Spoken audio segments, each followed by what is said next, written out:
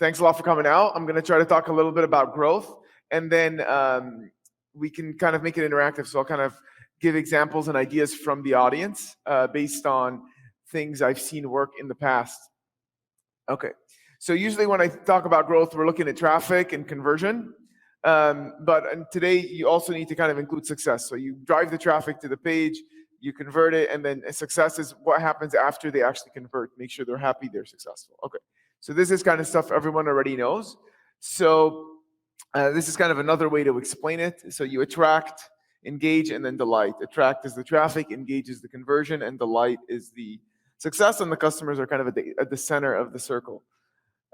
So when we think about conversion, we usually think, okay, well, how do we get a great landing page or ebook or video or sales pitch and blog post? So these are like the key starting pieces that are all very important. And then, over the last 10 years, we've seen people add a bit more interactive forms of content as well, which I'll be kind of focusing on today. And with success, similarly, people usually think of it as an email before renewal, maybe an NPS score.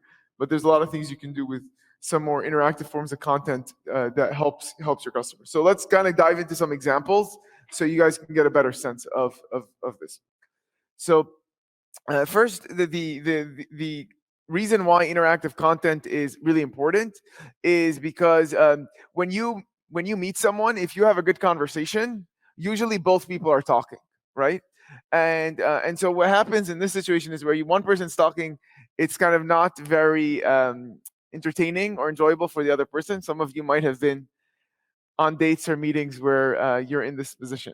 So the key idea is that you want to interact. You don't want to just be one directional talking. And most of the marketing that we've done in the past usually is one directional. So how can we make it two directional? How can we make it interactive?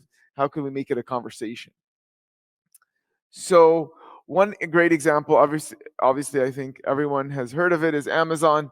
When you land on your page, you're not getting the same page that another person gets. You're getting a unique page based on what you've bought before, what you just bought, and they're kind of personalizing the recommendations.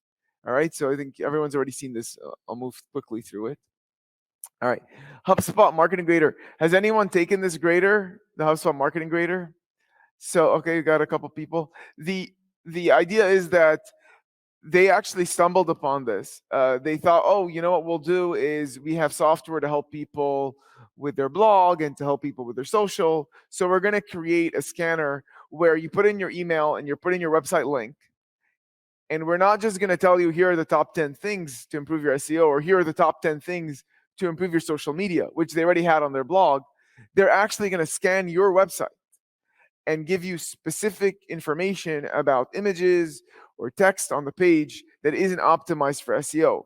And they're going to give specific suggestions for social.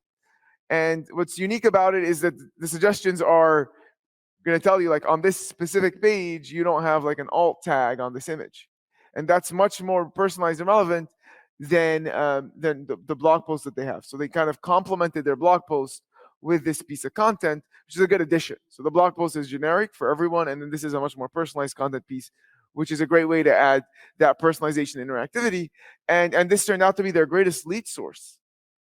Okay, so imagine how much traffic it drove for them, and it was just an engineer kind of who built it up, and they actually ended up building out a team to help build these types of tools, because you kind of need a bit of product, a bit of sales, a bit of marketing to come together and build these tools. It wasn't kind of a one. You can't really do a great job with it with just one person, and so that's how they kind of went about doing it. Okay, IKEA wanted to improve the online purchase experience, and so they realized that sometimes when you're buying online, you want to see how the furniture looks in your apartment or home, and so they created this augmented reality app where you can see how the couch or any furniture would fit within the context of your home, and you don't have to measure dimensions or figure out spacing. It kind of does that for you using an augmented reality iPad app.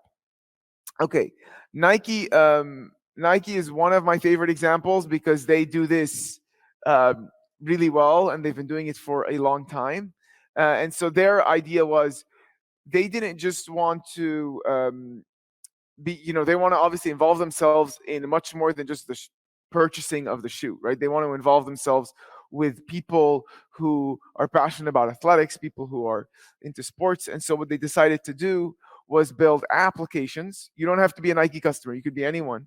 And the idea is to create a leaderboard and incentivize people to run more or walk more or jog more, whatever it might be. So they create these groups. You can have you can kind of plan to meet up with people. You can compete and have a and see, okay, how many miles did you run this week relative to someone else.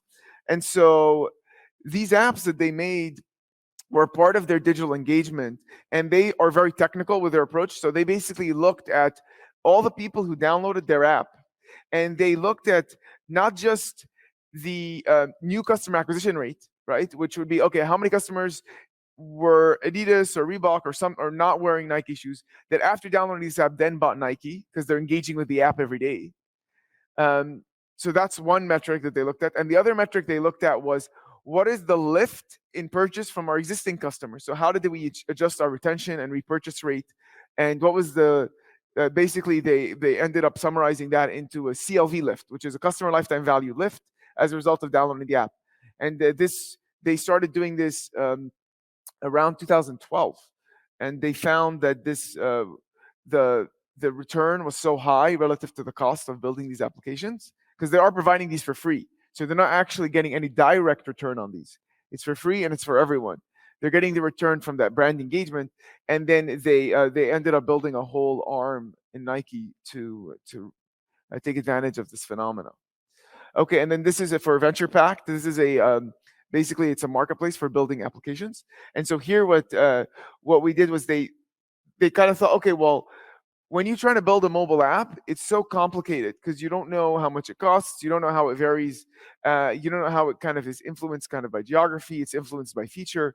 And so this is a calculator where you answer a set of questions, and then at the end, they tell you, here's an estimate based on the features you want, and here's an estimate based on the geography. And so you're getting a lot of information very quickly about the specific app you're trying to build.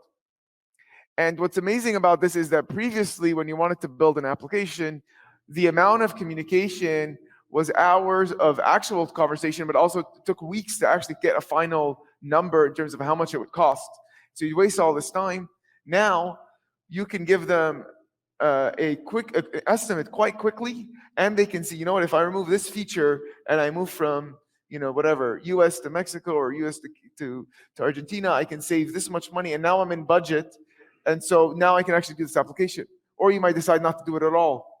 But now imagine, as a marketing person, sending this lead to the sales team. The sales team knows that this person, we know what they're trying to build because they've already answered some questions about it.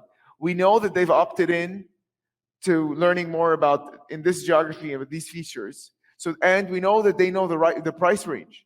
So it's a much more qualified lead for sales, and it's a much better thing as marketers. It's a much better lead, much more qualified, much more relevant. Okay. So basically, customers want to be engaged with and not just sold to. You're kind of engaging with them with this content. We're actually helping them. We're giving them value. And so now they're trusting us more because we're helping them solve a problem. We're not just telling them we're the best. We're telling them, this is what you can do to improve. And so we're focusing on them and not ourselves. So how do you build these products? Okay, so obviously, if you have an in-house development team, you can do that. You could also hire an outsourced team. So I'm biased. So I'm part of the Outgrow team, and what we do is we have a SaaS tool so that people can build this stuff on their own. We have like a builder, so you won't need developers to do it. You can kind of do it from the builder. So that's my bias because I'm part of that team. But you can kind of do any of these three options that work for your team. So it depends on what you're looking for and what works for you. And this is how you would go about building them. And so building these types of products. So the rest of the talk is going to be very focused on coming up with ideas for what to build, and we'll try to get some audience participation and get ideas relevant to your businesses. But generally speaking, when you're trying to come up with ideas, we always start with the sales and support team. They are interacting with customers on a daily basis. They're getting questions quite often, and what we look at is when the salesperson is answering a question and the answer is it depends, then it's irrelevant to maybe build a tool around it, right? So if the answer is the same, if you have one plan or one shoe and it's $10 or whatever for everyone, then you don't need to build a tool around it because it's like, well, it's $10 for everyone.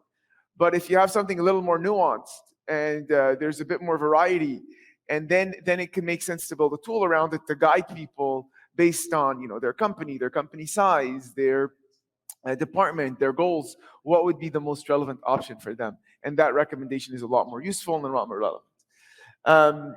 Other things you can do. So behavior that's most successful, like if there's a specific behavior, successful people who use your product or service are kind of you identify them as being successful, then how can you incentivize more of that behavior? And so you can do a lot of things. So I know Uber gives drivers badges if they provide refreshments, and so they kind of try to incentivize behavior based on what they think drives success.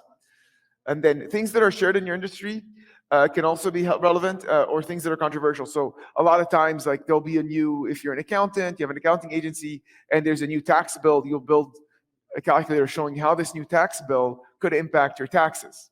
If there's a new healthcare policy, you can say, okay, this new healthcare policy, how is it going to impact your insurance premiums? How is it going to impact you based on your specific conditions, based on your specific state and age and all these things? How is it going to impact your rate? So that's going to give you much more personalized information. Okay.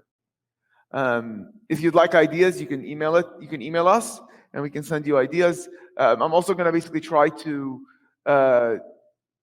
interact with the audience and give some ideas to as many as I can, as much time as I have, to kind of interact with you guys and try to help you find, explore some of the ideas and some of the examples that we've seen be successful for your industry. And so we can kind of do that. So I don't know if there's anyone who's comfortable sharing their industry or a little bit about their company, and then we can kind of go through any interesting, cool ideas that I've seen kind of work for that industry.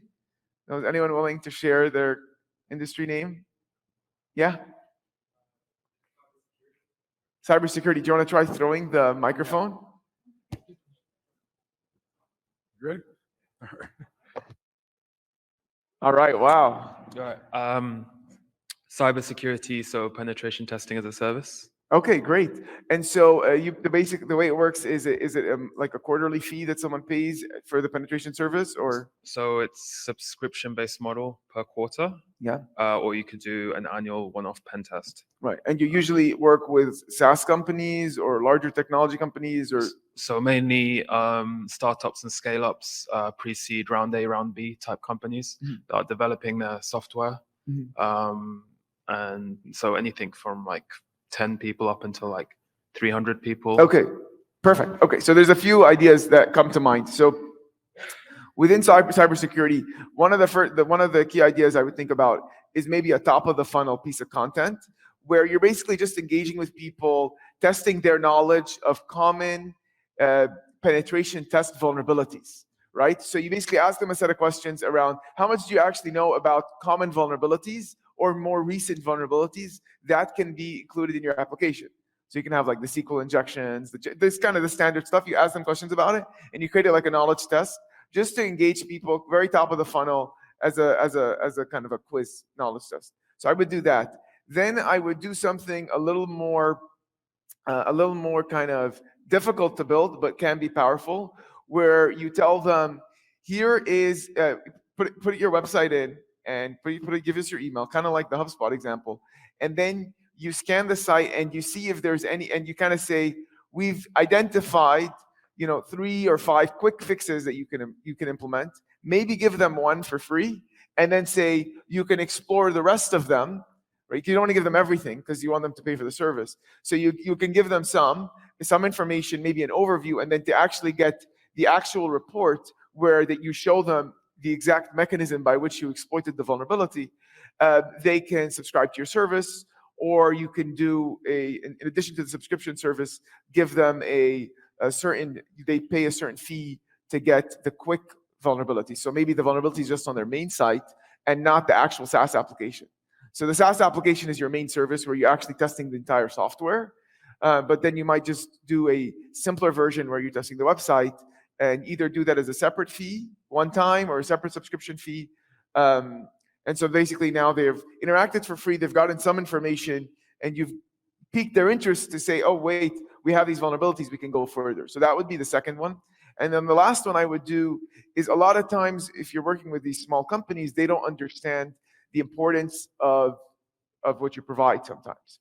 And there are two main reasons why companies would use cybersecurity. The first is they're trying to close a deal with a large enterprise company, and the large enterprise company needs certain certifications or evidence that you're doing these quarterly penetration test reviews, and so they need the report. So that would be one example. And then the second is they actually want their site to be protected because they don't want their customer data to be exploited or their site to be exploited. So those are the two main reasons that they would use it. And so I would kind of try to create a content piece around those two ideas, which is trying to sell into the enterprise as a new startup, see how you can get some of your certifications, audits, penetration testing under, like, kind of set it and forget it. And you say, you need to do this quarterly anyway as part of your enterprise sales process. This is set it and forget it. You don't need to email us every quarter. We're already going to send you the report. So you can do something around that for that side. And for the other side, I would create. Sorry, I've been going on for a while, but this is such a perfect example. It was not planted. I've never met him, but it's such a perfect example. And then the other one I would do was basically say estimate the risk of not taking care of your security. And they basically say, okay, we have like 2 million records, we have, whatever, 30,000 customers, and then you can show them, well, okay, the risk of not properly protecting your security is so high that whatever fee you're charging them is so small relative to the risk of what they could lose if they didn't take care of it. So I would do that as well. All right. Awesome. Thank you. Yeah, sure. Any other industries? It doesn't have to be as good as cybersecurity, but it can be anything. Right, a great receiver and a great quarterback.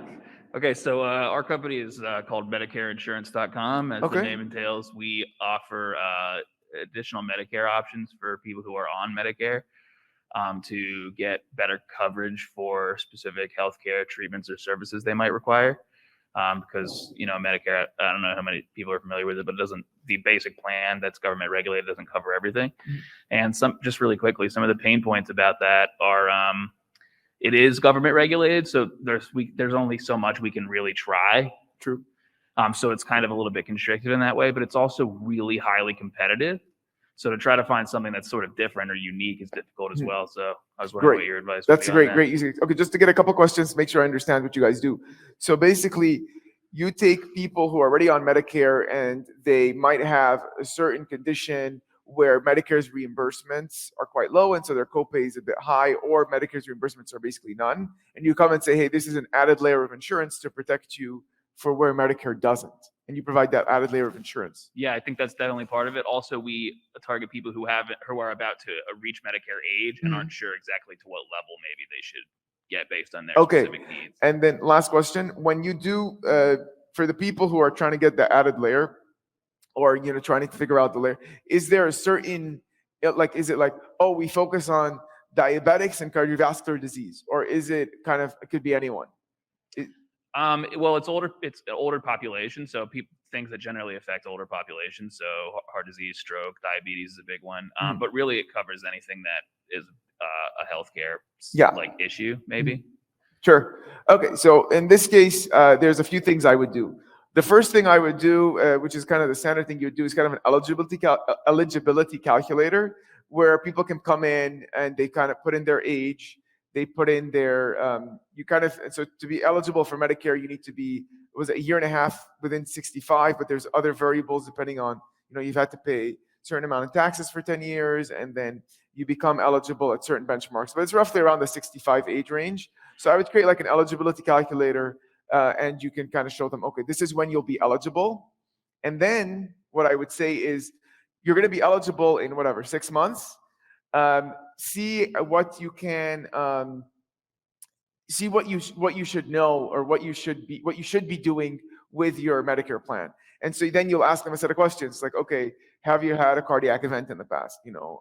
What's your blood glucose level, and are you pre-diabetic, diabetic, whatever? Have you had a stroke? So you can ask them a set of questions, and you say, okay, well, you're based on that information. there are certain plans they would recommend. So you can say, okay, out of the plans available, the Medicare options, there's like multiple Medicare options, right? Chris, you're the compliance guy. Brad, can answer. Yeah, so we sell Humana, like Aetna, a bunch of different carrier plans. Okay, yeah. So basically, then you would try to figure out which carrier plan is the most relevant. You guys are insurance brokers, right?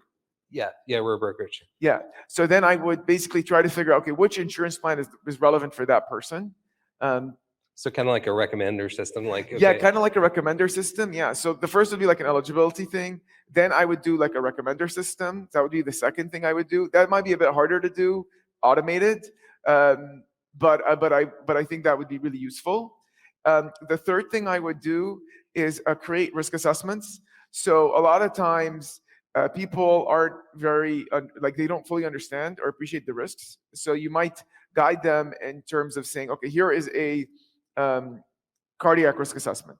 And so you ask them a set of questions around data they might have or might not have. So you can ask them things about blood pressure or if they've done any lipid panels or blood tests recently, if they can give you some rough numbers around that. And then you can say, okay, well, based on your HDL, LDL, whatever cholesterol levels, you are considered moderate to high risk of a cardiac event. And so you probably want, I don't know if it's an added layer of insurance or whatever it might be, to make sure you're protected against this. You could even recommend like a checkup based on some information that they provide. So cardiac assessment. Diabetes is another one where it's kind of you get their blood. They ask them for their blood glucose levels if they have it, and then if they are pre-diabetic or if they've been diagnosed in the past with any sugar issues, and then give them some recommendations. So you can give them a risk, but you can also give them recommendations in terms of, okay, well, what are you eating? And then you should probably like reduce your desserts, if you're diabetic, or give them some like food recommendations. So I would do that. And then other things I would do might be, so for people who already have Medicare, ask them a set of, say oh, see how much you really know about your Medicare plan, because some people really don't know what they have. And so you basically ask them, okay, how long have you been on Medicare and what's your plan? So you say, okay, well, I'm Aetna and whatever, Medicare X. And so then they say, okay, then you say, okay, let's see if you actually understand what your plan is. So it's like, okay, well, what's your actual like premium, your copays? Do you like what are the issues you have, and then what's actually covered? So they say, okay, well, they cover an annual physical, but they don't cover whatever dental cleaning. So you can kind of guide them through that part. And so that's a good way to take people who already have Medicare and understand, should they change their plans when they can, or are they actually leveraging their plan as much as they could? So you kind of are creating content for the existing people already on Medicare, or the people who, as well as the earlier ideas around eligibility, bringing people in who are just under 65, who are kind of on the path. So I would do that as well. So those are a few ideas in Medicare. Insurance is a great field to build calculators, because the premium itself is a calculator as well. Like, what's your premium? And so you can build a calculator as a premium range, see how much you would pay for that. Yeah, I don't know if there's health savings accounts. The health savings accounts aren't as relevant for Medicare people, right? Because they've retired usually. We're specifically doing Medicare Advantage plans, so Medicare Part C. So it's a little bit different than that, like supplement plans. But there's a lot of technicalities in our industry. For sure. Yeah, cool. Yeah, so those would be a few I would start with. Yeah, thank you. Great. Any other businesses or companies? Yeah.